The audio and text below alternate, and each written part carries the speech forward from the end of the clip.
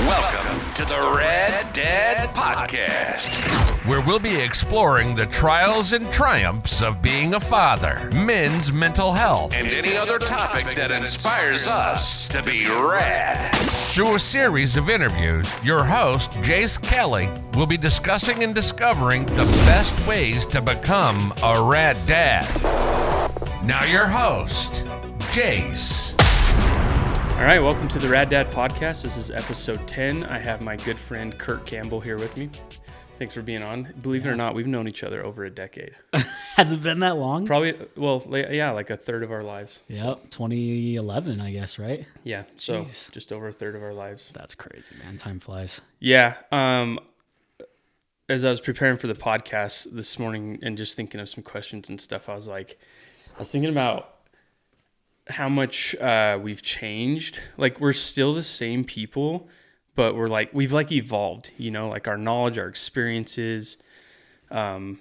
We've just evolved as people, but at our core, we're still the same people. Yeah, definitely. I think people have like their guiding principles and they have like their personality, like what makes them them. And then you can still grow and evolve and change, but I don't know, you just kind of mesh with those people that you mesh with, right? Because I think of those core things that make them who they are. Yeah. But yeah, you get, new motivation, new ideas, new whatever, and you change and grow, and, you become fathers like we have, and that changes a lot, obviously. Yeah. And, and you keep evolving, hopefully for the better. Yeah. So this wasn't planned or anything, but last night I was just going over like my journal from our mission. We met on an LDS mission in Puerto Rico, and I opened up to the page where it was the first night we were companions.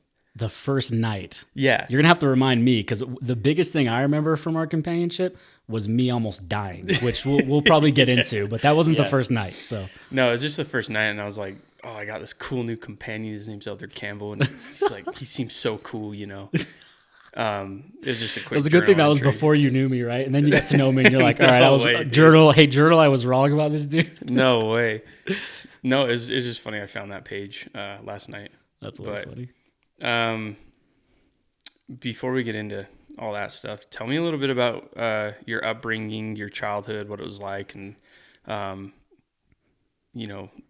why you looked up to your father, or what aspects you great question liked about that. Great question. So to bring some backstory into it, I grew up in California, Los Angeles. So I was born and raised there. Kind of a cool little tidbit with that is, so my parents met at BYU in Provo. They had two of my older brothers while they were living in Provo, and then they moved to California, where my dad got his job right after he graduated. But they actually bought the house from my grandparents, my mother's parents. Okay. So I was raised in the same house my mom was brought home from the hospital in, like when she was born. I did not know that. So it was like that house has been in our family forever. So we moved when I started, I guess, eighth grade, to St. George, Utah. And you can imagine for my mom, that was super emotional, right? Like to leave that house. Yeah. So that was big. But yeah, as far as upbringing goes, so I'm the youngest of 5 kids. There's actually 10 years between me and my closest sibling, 16 years between me and the oldest. So everyone wondering, I was not planned 10 years after my brother. I was a surprise. My parents always told me that I was planned around like 2 to 4 to maybe 5 years after my brother, but I just came later than that. So interesting upbringing that way, just because when I was brought home, my oldest sibling was 16 and my closest was 10, right? So they all kind of got their own thing going and whatever. So having a brand new baby in the family is a huge change. But kind of the cool thing is I was raised obviously by my parents. My dad worked a lot downtown Los Angeles. So I wouldn't see him a ton. Like he would be gone before I woke up and he'd be home super late just because of traffic, right? But if there's one thing I knew is that always instilled in me that my dad was a hard worker. And especially we talked about obviously LDS mission, my dad held numerous callings in the church throughout my childhood in California, and he took them so seriously. Like he just an insane amount of pride in in the church and what that meant for him, and his testimony was very strong, and just always wanted to help people in the callings that he held. And that was cool for me. So it was kind of that double team, very traditional upbringing, where you have, your father's like the breadwinner and works and stuff, and your mother is like the home, keeps the home clean, keeps the kids, raises the kids. So I had a lot more, I guess, intimate relationship with my mom, just her being around my life more. When I actually was going to school in California, when I was old enough to go to like maybe first grade, second grade, she got a job working as a paraprofessional at the school that I went to. And it's a little bit different in California. The school I went to is kindergarten to 8th grade, and then you go 9th grade straight to high school. So it's 9th, 10th, 11th, 12th, all in one high school. So a little bit different, but so I got to see her all the time, But what I wanted to say just earlier was an interesting thing where I have my parents who parent me, and then I had like my brothers who gave me crap, but were like still involved in my upbringing. Yeah. And then my sister who kind of had like that second motherly like thing of taking care of me as well while I was growing up. So I just kind of had this, big group of people that raised me. And it was just interesting being, again, the youngest. It's like I had a different kind of relationship. I was just this like little toy that was passed around between all my siblings to grow up and learn from them. So I guess when you got into your teenage years, you had a lot of adults in your life, like at family gatherings and stuff. Were you able to observe your siblings, starting a family and getting married and all that? Yeah, good question. Definitely. And I think my sister, I remember when she got married, we were still living in California, and it was just such an interesting, like, just thing for me. Like I'm still a kid. I don't remember how I was at the time, maybe 10 or something. I don't know. Yeah. But it's just a different dynamic to see your siblings go through that. You just don't really understand what's going on.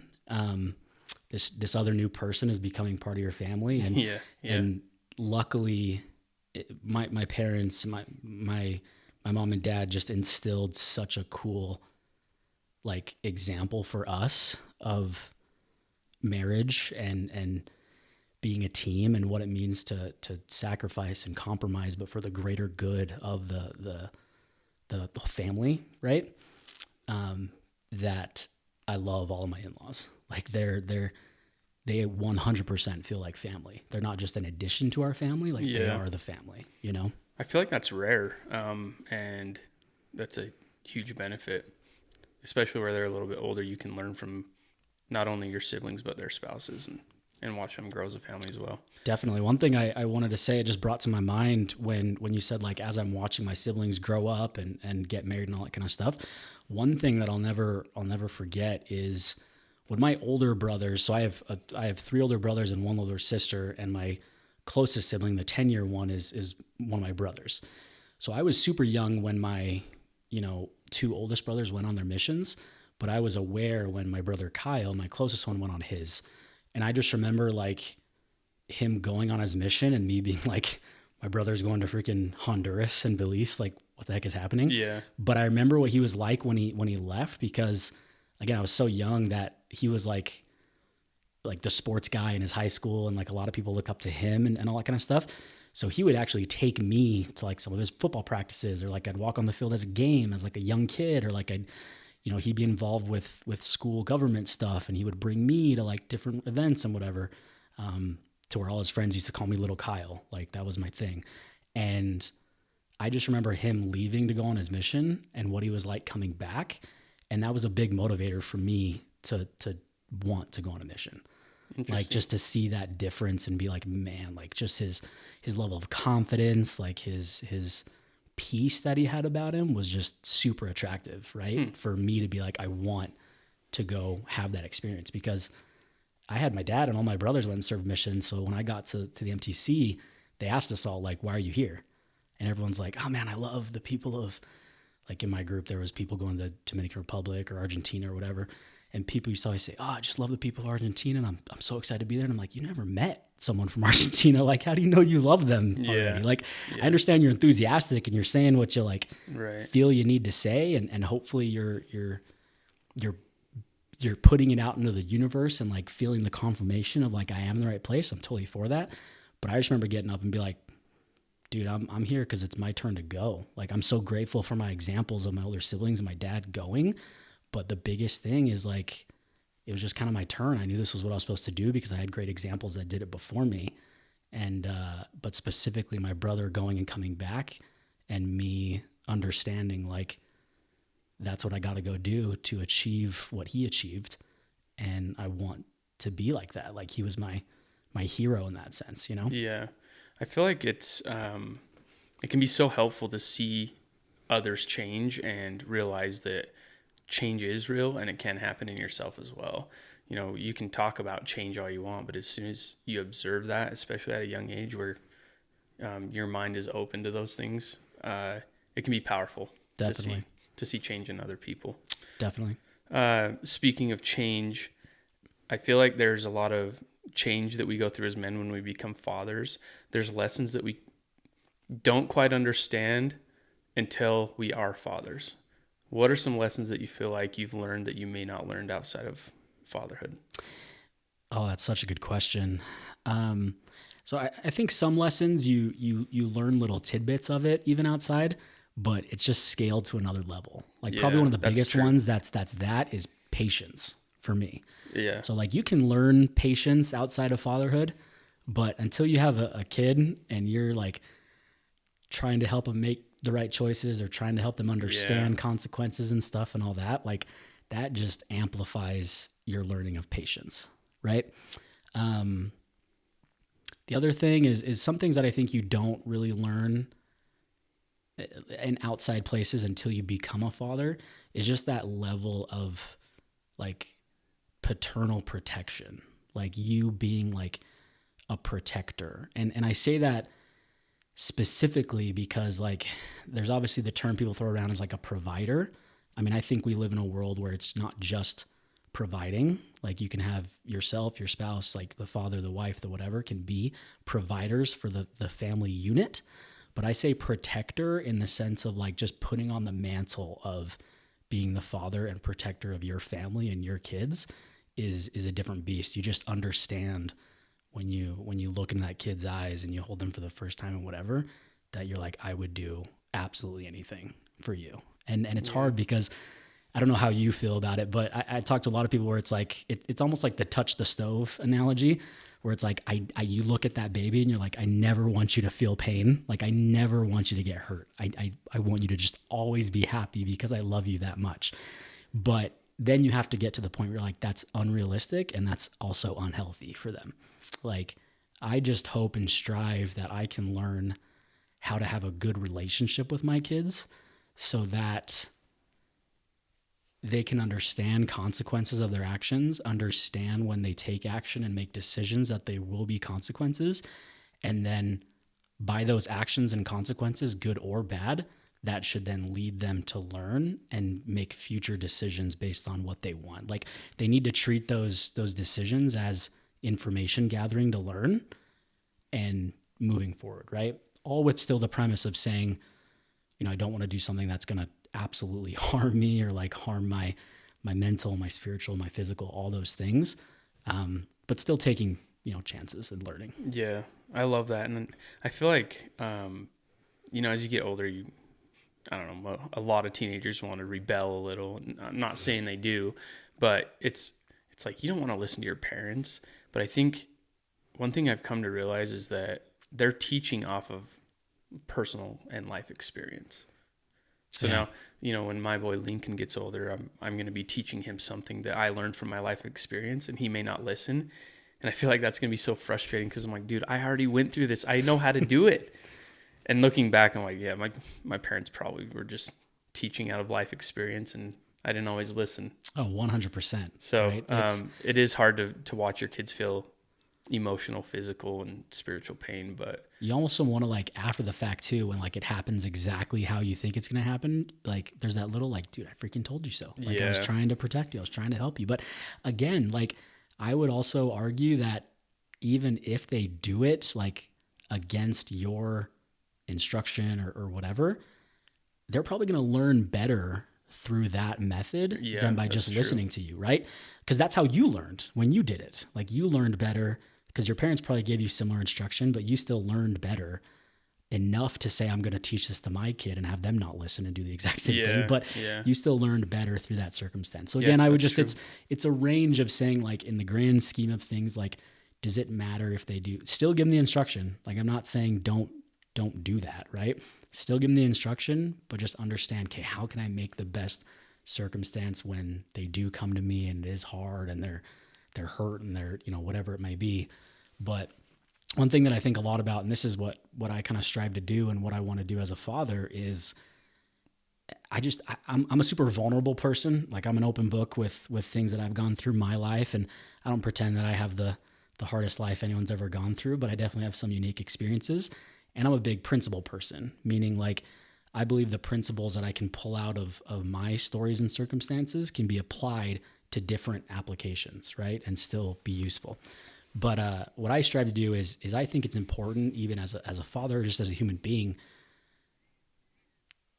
like, express those feelings. Like, we need to get out of just saying, like, no, don't do that. That's stupid. Like, do this and whatever. Like, tell them why. Like, let them know, like, dude, I hear you, because it sounds like you're saying this and this and this. Am I right? And they'll say yes or no or whatever. But, like, have the conversation, spend the extra time, and then say, look, I'm gonna give you some suggestions on what I would do in this situation if I were you.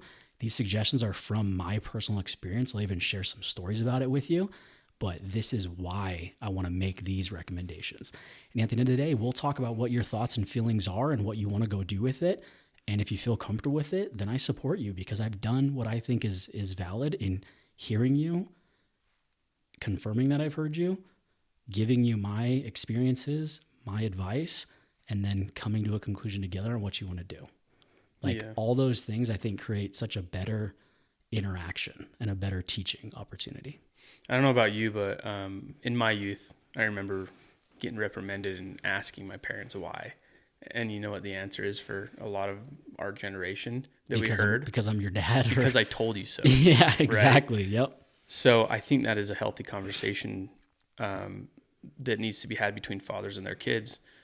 Do go out of your way to explain why, and the kids will appreciate that. I wonder where it comes from sometimes. Like, I understand again, I would even say as a father and as a parent, like, sometimes you also have to be a decision maker. But I would encourage you, as the, like, decision maker with your spouse, if you have a spouse or whatever, like, that's still, that doesn't mean that you can't hear your kid's point of view and listen to them and then say, I hear you. Do you understand that as the father, me and your mother, or me, myself, I'm a single father, whatever, like, do you understand that I'm taking your information and I need to make a decision that affects all of us? And this is why I'm making that decision. Like, that is the same thing as like, because I said so, but you're telling them why, because you're the decision maker for the family. Well, you're allowing them to feel heard. Yeah, 100%. And that right there can change the whole atmosphere of a home. Yeah.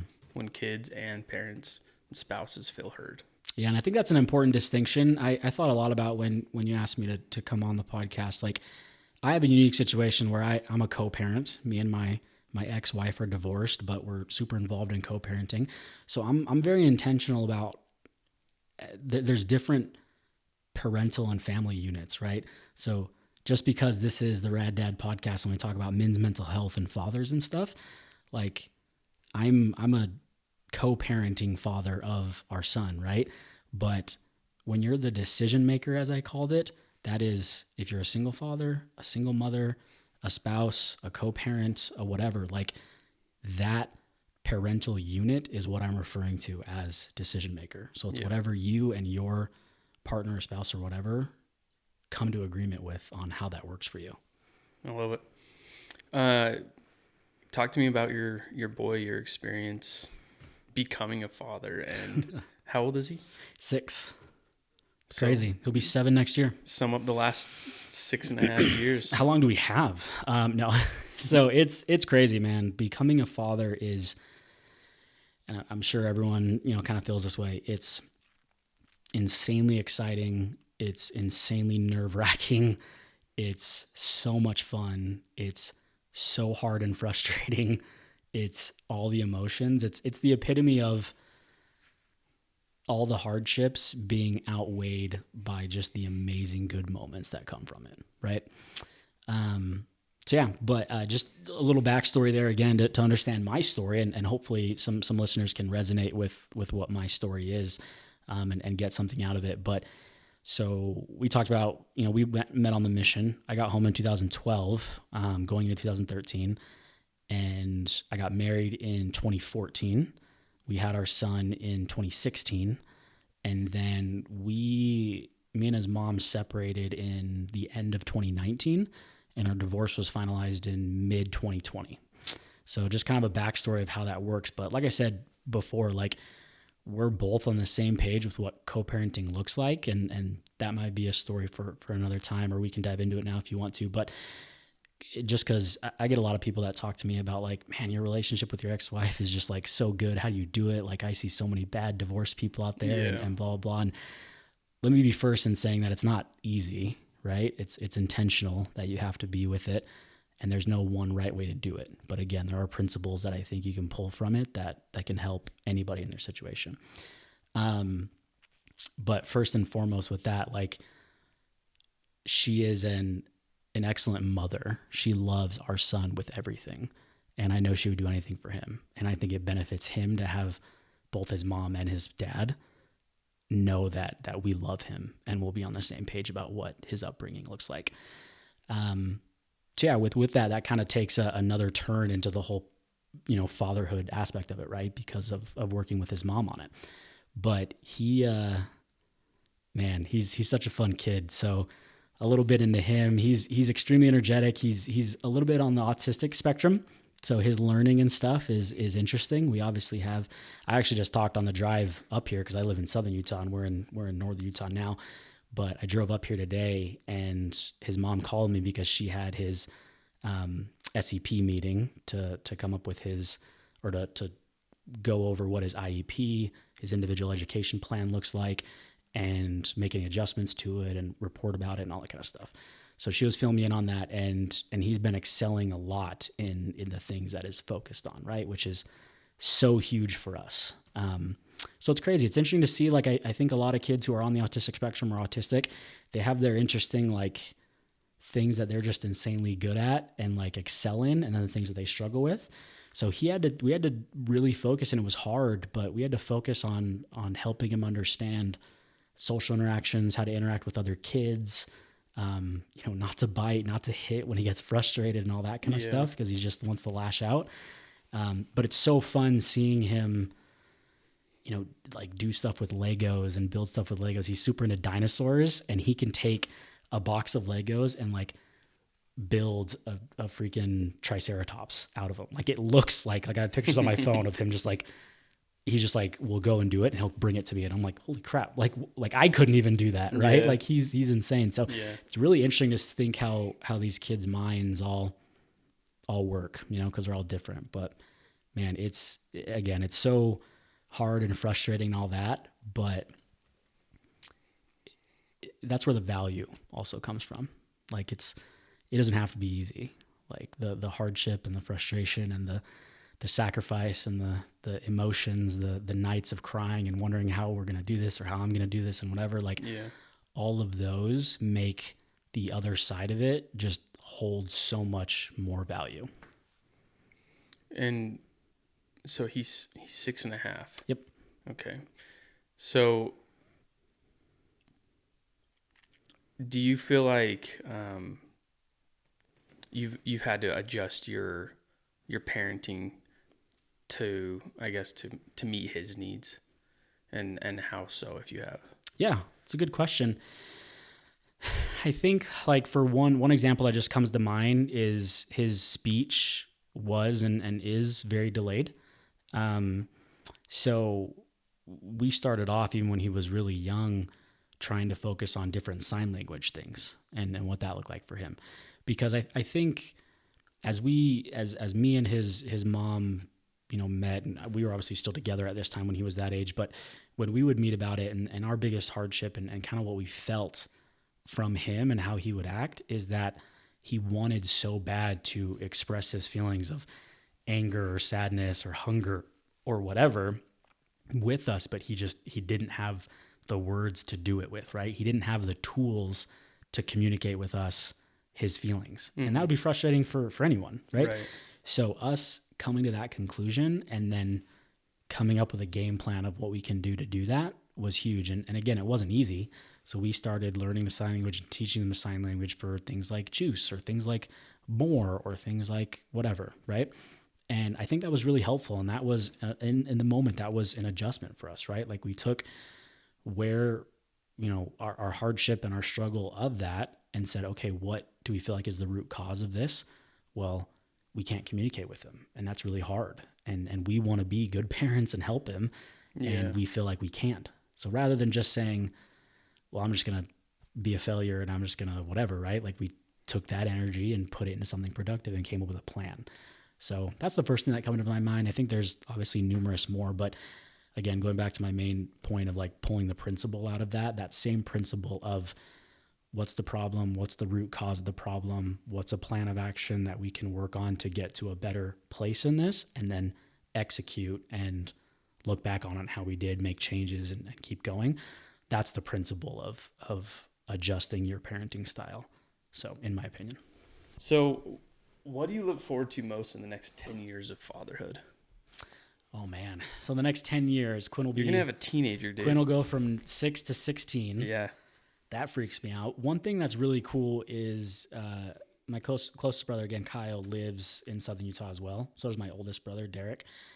So it's cool having those families close. My sister lives in California. We're still working on getting her to come to Utah. And then my other brother lives in northern Utah. So I come see him a lot as well.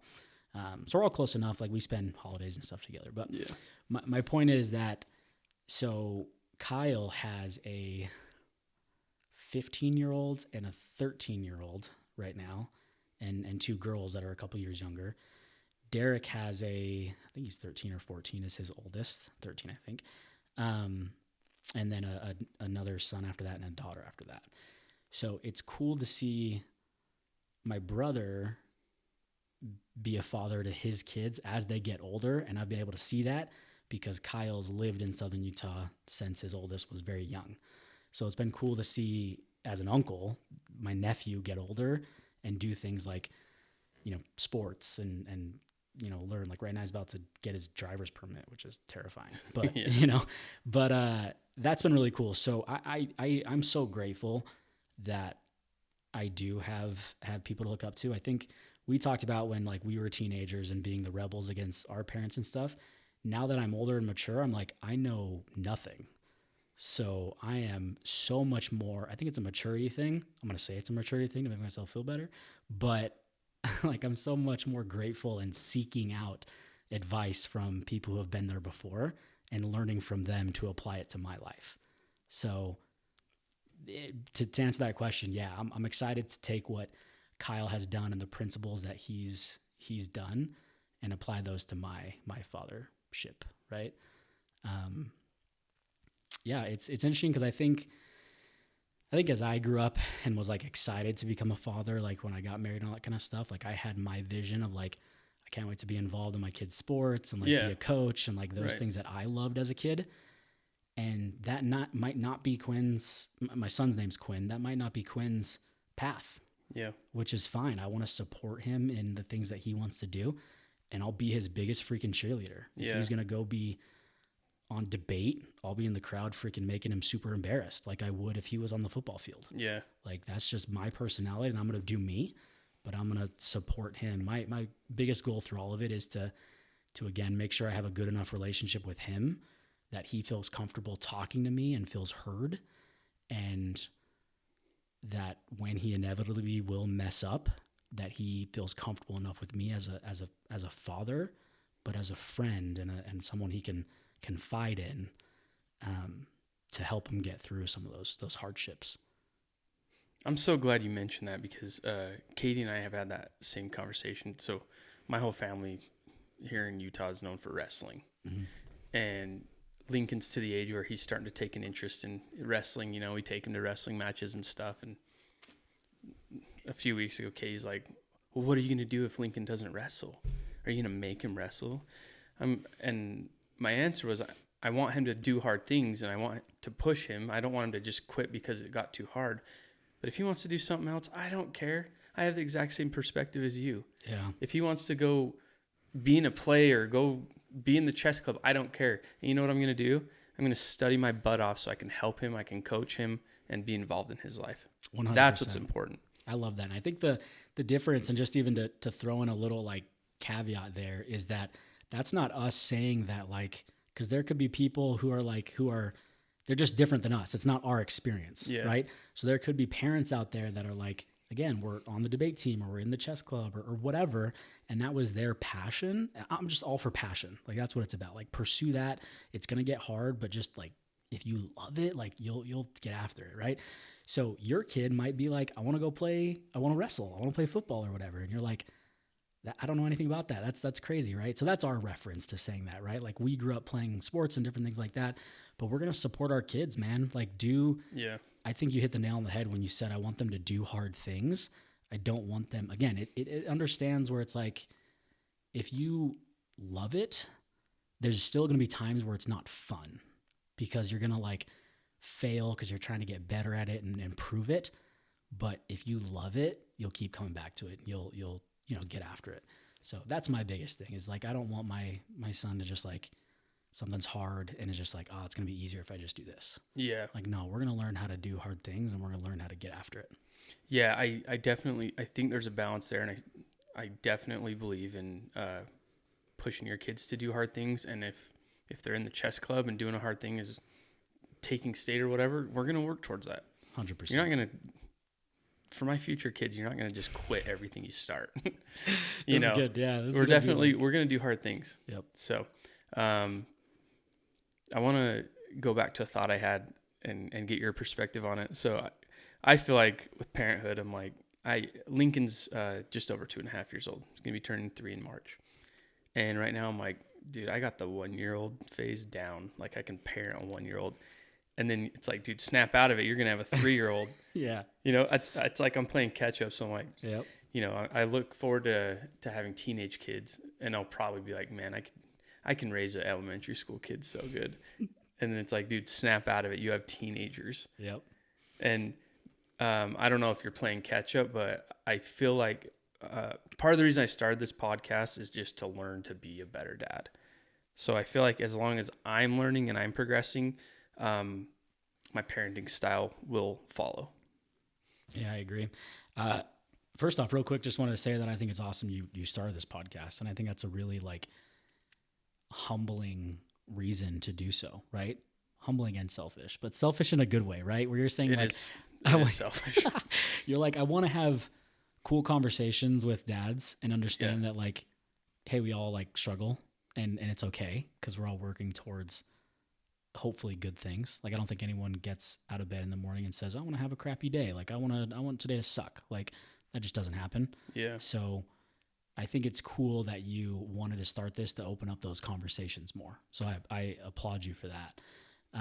But yeah, I totally agree. I think I remember as Quinn got older, it was like, when he was 1 and 2 and stuff, and I'm like, oh man, this is gonna be so much easier when my kid can talk and I can like, he can communicate with me, right? I had the same thought. And then and then he obviously struggled with his speech a little bit and stuff, but then we did the sign thing and he could communicate a little bit better. And then he's like bugging me every 10 seconds, right, for stuff. And I'm like, man, this is gonna be so much easier when he can just do stuff for himself. And then a year passes by and he's climbing up the freaking pantry. And I'm like, oh my gosh, what am I doing? Like, it was easier when he couldn't do that. So it's an evolving like thing, right? So it keeps us on our toes, which is fun. But that just takes me back to something I said earlier about like, I'm blessed to be the youngest kid, which a lot of people don't look at being the youngest as a blessing. But as I've matured and gotten older and have my own son and all that stuff, I'm so grateful for their experience and their mentorship in parenting, right? Yeah. But if you're someone who doesn't have older siblings, like, I'm sure there's people around you in your neighborhood, aunts, uncles, even just directly your parents if they're still there, right? Like, just seek feedback from people, and you don't have to do it the exact same way they did, but just focus on their stories, their examples, and then try and pull the principle out of it and see if that's a principle that you want to apply. Yeah.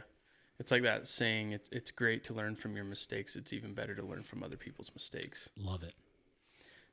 Talk to me about, if you're willing, talk to me about some of the self-doubts that you have fought as a father. Man, that's a great question. Also, I'm willing to talk about whatever, so don't worry about it. So even in high school, I struggled with just my level of confidence and stuff. And that was probably because, so growing up in California, like my brother, like I said, played football and stuff, and our football team in California wasn't like the most talented or whatever, right? But my family, fairly athletic, like grew up and all that kind of stuff. So my brother was like starting quarterback like his freshman or sophomore year for varsity, right? Like, so in California, my family and stuff was like, especially from him, they were like the big man on campus, right? Mm-hmm. Moving to Utah, like everyone's athletic, everyone like is crazy. Like I was the scrub, right? And I went from like, even in California being like, man, I can't wait to get to high school and just like play sports and like, it's gonna be so fun and whatever. And it's like, now looking back, I understand that, hey, it's way better. It's way more fun as well to be part of a team that like can go be successful and work hard together than it is to be the best player on a team that sucks. And like, you know what I mean? Yeah.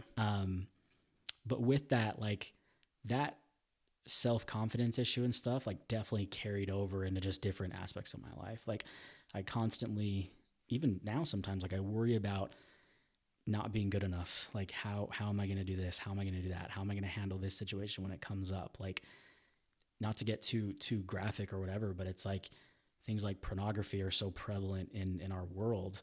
So it's like, how am I going to respond? And I hope and pray, this goes back to, again, having a good enough relationship with my son that he tells me things. I hope and pray that he knows that I will not judge him. I will not belittle him. I will not whatever if he comes to me and tells me that he's addicted to pornography or looking at pornography or whatever, because I get it. Like I understand, right?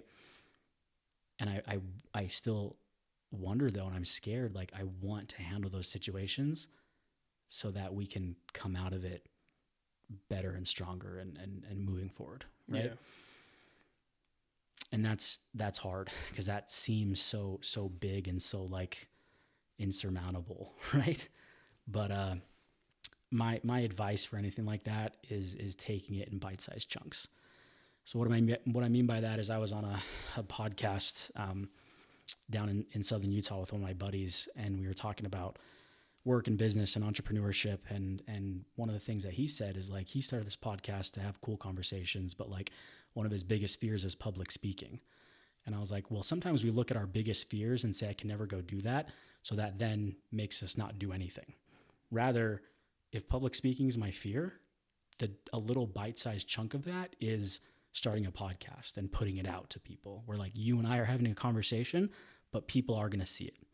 And then maybe you get more comfortable with that and you say, well, now I'm going to go speak to like a little league football team or something, right? Like a small group of people that might not intimidate me if you're intimidated by little league football players, I don't know, whatever. Yeah. But you're going to talk to a smaller group and just work your way up. Take it in bite-sized chunks and continue to like take bigger bites.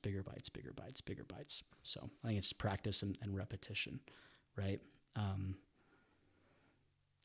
But yeah, that's just my advice with self-doubt as a whole. But just know that I think everyone has it. Everyone feels it, right? Yeah. Even people who appear extremely confident probably have self-doubt in certain aspects of just their life, because I think everyone does. So feeling validated that you're not alone is big. I had to learn, this is probably a long-winded response to that question, but when I went through my separation and my divorce and all that kind of stuff, like at the same time, so my divorce was finalized in July of 2020, and my mom passed away in June of 2020. So just a month before. And she was sick for, a while, but like when we knew she was going to go, it was like 6 to 8 months before that. and me and my ex had been separated, but it was still fresh, right? So going through those things was extremely hard, and it's easy, and I fell into it to feel like it was your fault, to feel like, what could I have done differently? How could I have saved this? How could I have whatever? So you start questioning all your decisions, which then make you question future decisions that you're going to make, which then give you anxiety, and you fall into depression. And it is definitely the darkest place I've ever been. But by little bite-sized chunks and pieces and stuff, and taking one step after another and just moving, also just the insane amount of support that I have from a loving family and loving friendships, you keep at it and you get through it. Some of you, it might take you longer than others, but you can, for sure. And then you learn how to become, one of my biggest self-doubts at that point in my life was, I'm so crushed. Like, how, if I can't show up for myself, how can I show up for Quinn? Yeah. And that's hard. But life doesn't stop. So you just do it. Like, when I was depressed and down and whatever, I was still a dad. And I chose fatherhood. I didn't choose to run, right? Fight or flight, I chose to fight. And through that process and through all the other things that I mentioned, taking bite-sized chunks, taking action, being grateful, having a support network, all those things, and just showing up for my son helped me learn how to be enough for me, which I knew would be enough for him. It's so hard during those dark moments, because you still have to wake up every day and be a dad. And your kids may not realize like what you're going through, and they're not going to understand it. Even when they're teenagers, they're not going to understand it, but you still have to wake up and deliver as a father. So, yep, time doesn't wait for anybody, for sure. Well, thanks for sharing that. I want to get your three key takeaways on having a healthy co-parenting relationship. Oh man, that's such a good question. I love it. I think a lot about this stuff. So if I can sum it down into three things, I would say number one is focusing on the goals for your child, right? So a lot of people talk about like, well, we have an ugly divorce, but we make it work for the kid, right? Dive deeper than that. That's surface level. What does that mean that you make it work for your kid? Like, are you on the same page about how you want to raise your kid, on what you want, how you want them to be when they're full functioning adults? Because that comes from you and your teachings, right? Yeah. So just dive deeper into what that means, right? And if you're on the same page about it with your ex, then that's great, right? But just dive deeper into the whole, like, we do it for our kid. It's like, no, you don't do it for your kid. Like, you do it because of your kid, like because you love them and want to help them, right? Number two, and this is, gosh, to say that this is hard is an understatement, okay? Everyone has a story. There's two sides to every divorce, right? One of them might be that it wasn't even your intention to get divorced. It might have been sprung onto you, and then you're just sitting there wondering why, right? So you're like, put yourself in the victim spot. Have empathy for the other party. And my gosh, when I say that that's not easy, like, understand that I mean that's not easy, okay? What I think, just to go a little deeper in that, what I think a lot of people struggle with is they place a level on mistakes that people make. Meaning that, like, and I agree, there is a level, right? There's really small mistakes and there's really, really big mistakes. Excuse me. Try your hardest to be able to truly empathize with someone, because again, you might never have even considered making a mistake that your ex made, and because you're holding it so high, right? Get that level off the table. Understand it as a mistake. Not to get too like religious or whatever. Like, when we talk about repentance, it doesn't matter the gravity as much of the mistake or the sin, if you want to call it. There might be, penance that you have to make with people or whatever, depending on what mistake. But what I'm saying is that like, if it can be washed clean through repentance and the atonement, then you need to take it as the same way. Does that make sense? Yeah, and it sounds hard. Oh, it's so hard. So what I mean by that is, so just to give an example, right? So let's just say that your spouse makes a huge mistake that you would never agree with, and they tell you like, hey, I want to get a divorce, or I want to separate, or whatever, right? What helped me is saying my ex might have been falling out of love with me as a partner and as a husband, but she still loved me and respected me as a person and as Quinn's dad. So it must have been so hard for her to finally come to me and say, I think we need to take a break. I think we need to separate. I'm having these kind of feelings. Like, me understanding how hard that would be for her really helps me empathize with her. Even though I don't agree with it, even though I might have wanted to work at it and I might have wanted whatever, it's a two-way street, man. Like, both parties have skin in the game in a marriage. Just because you want it badly enough doesn't mean that they do. And that sucks for you. But guess what? You can't make them do anything. So that really, really helped me empathize with her and help me begin to understand. And also, with that being said, going back to my first point again of like doing it because of your kid and understanding your goals that you have for your kid and working together for those things. My first conversations with my ex when we separated and when our divorce was final, like, it's been 2 years, right? They were cold. Like, we weren't best friends again. We weren't like talking about our families and what we have going on. What are you doing for the holiday? Like, that wasn't it. Yeah. We were having cold, emotionless conversations about our son's best interest. And it took, again, that goes back to the bite-sized chunks. We needed to have those conversations with just bite-sized chunks, and we need to have them frequently and frequently and frequently till they became more comfortable, and then we became more comfortable with how our roles changed from husband and wife to co-parents, right? And now we're like friends, like we're on good terms, right? Because we have the same goals. Third thing, and this is an interesting one. This one comes from, like, as I talk to people who might be separated or divorced or going through it, and they're asking for different advice. And this one's also hard. All of them are hard, but divorce is hard. It's no joke, right? There's no one right way to do it. But again, we're trying to look for principles that can hopefully help.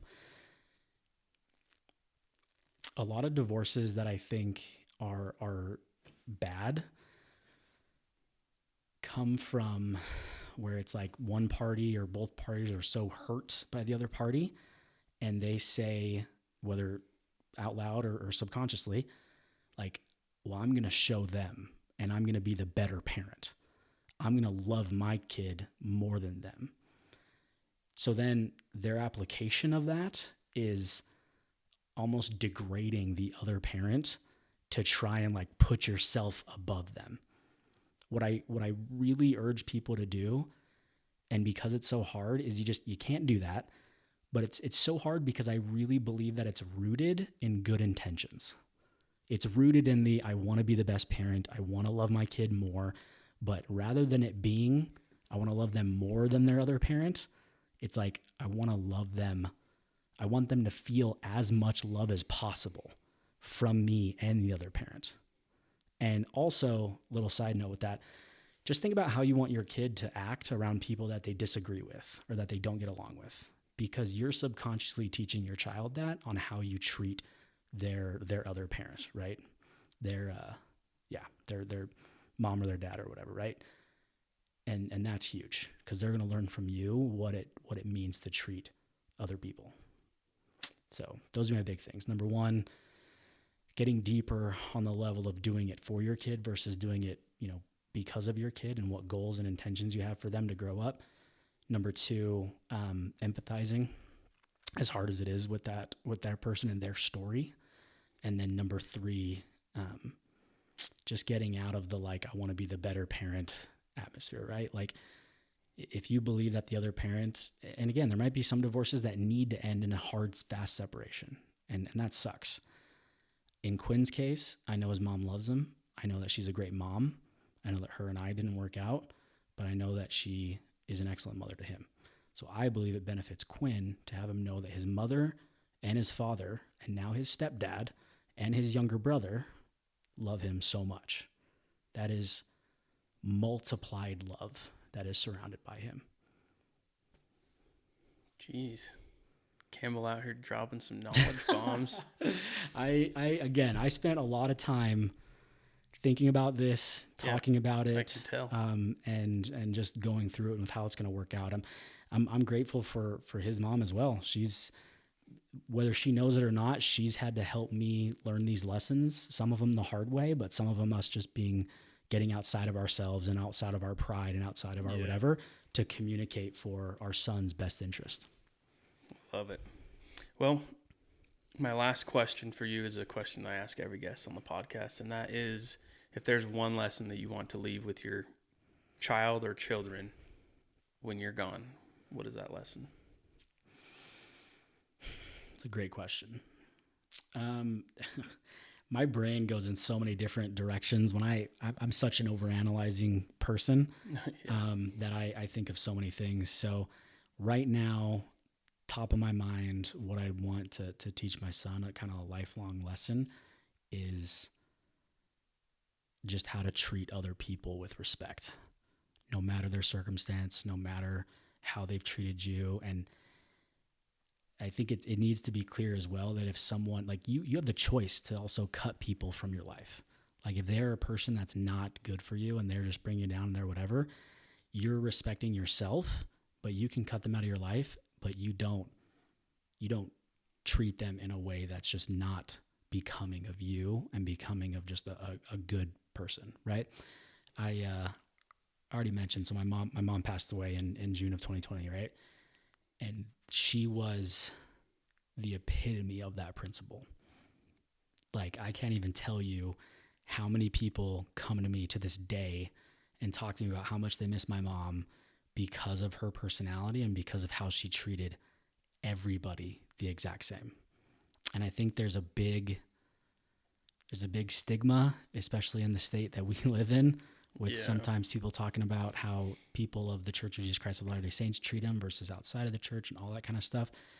And I will always be grateful and respect my mom for how she treated people no matter what, and would serve them, and just how much joy and pride she took from being the hostess, from being the person that would come and borrow things from her house for weddings, or to drive somebody to a doctor's appointment that they couldn't take themselves to, or whatever. Like, the definition of loving your neighbor came from my mom. And I just want people and my son to have that same principle in treating people.